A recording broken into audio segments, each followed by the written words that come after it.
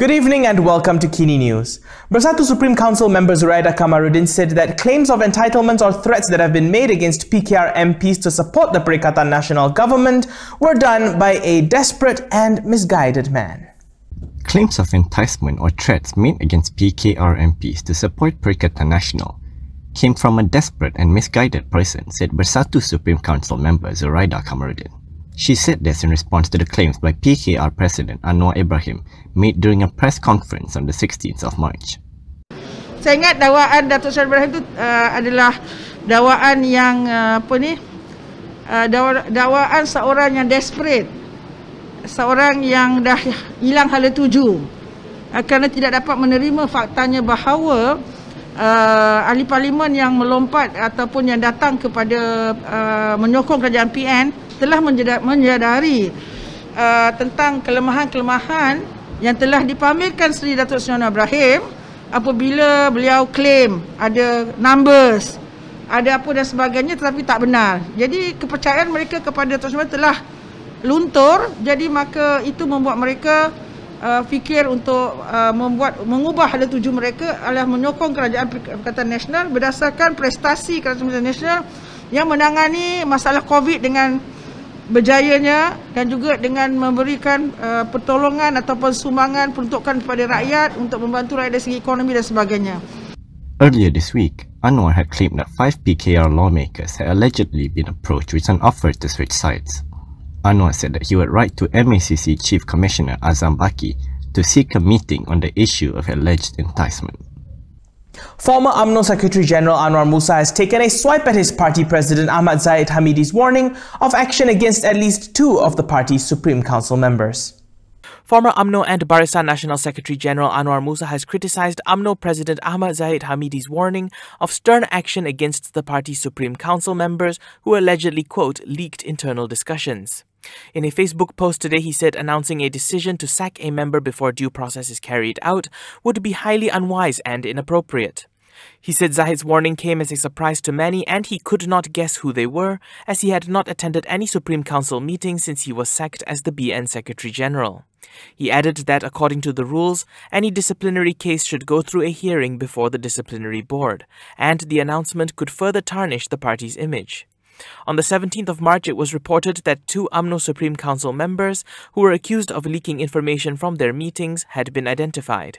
Utusan Malaysia reported that Zahid had informed that the 2 were identified and investigations will be conducted. Zahid was quoted as saying that he would announce their names soon and action may be taken against them, including the possibility of a sacking.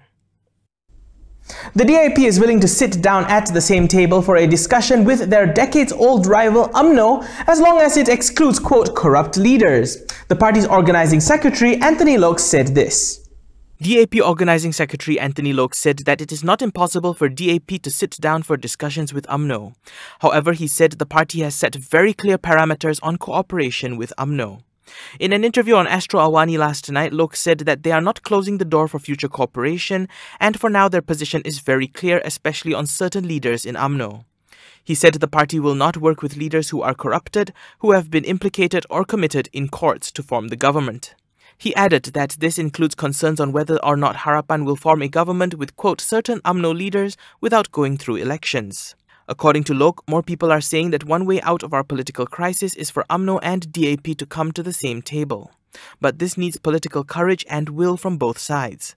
He said DAP is willing to discuss and questioned if UMNO is prepared to talk about it. At present, PKR and UMNO have engaged in informal talks, according to PKR President Anwar Ibrahim, who is also the Pakatan Harapan chairperson. However, Loke said that it is yet to be formally discussed within Pakatan Harapan's framework. He noted that UMNO leaders have repeatedly said that they will not cooperate with the DAP. But for Loke, the situation might change after the next general elections. A DAP-UMNO partnership would not be a unique move. Harapan state lawmakers and UMNO had joined forces in December last year to oust Bersatu Deputy President Ahmad Faisal Azumu as Perak Menteri Besar. They have since made a confidence and supply agreement with the current UMNO-led Perak state government. All members of parliament are supposed to be vaccinated against COVID-19 by the end of April. And according to DAP veteran Lim Kit Siang, this means that there will be no more excuses to keep parliament shut when it comes to that time. The Perikatan Nasional government should convene parliament by the end of April as all members of parliament are supposed to have been vaccinated against COVID-19 by then, said Iskandar Putri MP Lim Kit Siang. He said there should be no excuse to continue to shut down parliament. In a statement today, he said parliament could refuse admissions to MPs who have not been vaccinated. He added that it would be ridiculous and a national and international disgrace if various sectors of national life and the economy could reopen, but not parliament. Lim added that the government should also suspend controversial emergency ordinances, such as on fake news and raising penalties for breach of COVID-19 SOPs. He called for parliament to decide whether the emergency ordinances should be turned into law or abandoned to reflect the mandate of the people. MPs are included under Phase 1 of the COVID-19 vaccination program. Previously, the Yang di-Pertuan Agong Sultan Abdullah Sultan Ahmad Shah had said that Parliament can convene during the emergency.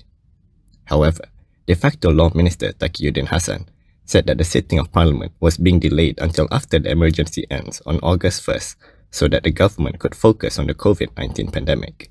He had also argued that 100 MPs were in the high-risk COVID-19 group due to their age.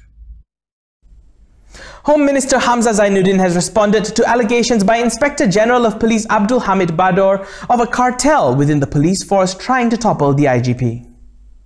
Home Minister Hamza Zainuddin said that Inspector General of Police Abdul Hamid Bador should report the allegations of a cartel within the police force to the Police Force Commission, or SPP. Hamza, who is also the SPP chairperson, said the IGP never brought this issue to the attention of the commission before, and it was his first time hearing about a cartel within the police force. He said if Abdul Hamid's allegations were true, he should raise the matter at the SPP meeting. Hamza said this in response to Abdul Hamid's allegation in an interview with Sinar Harian yesterday.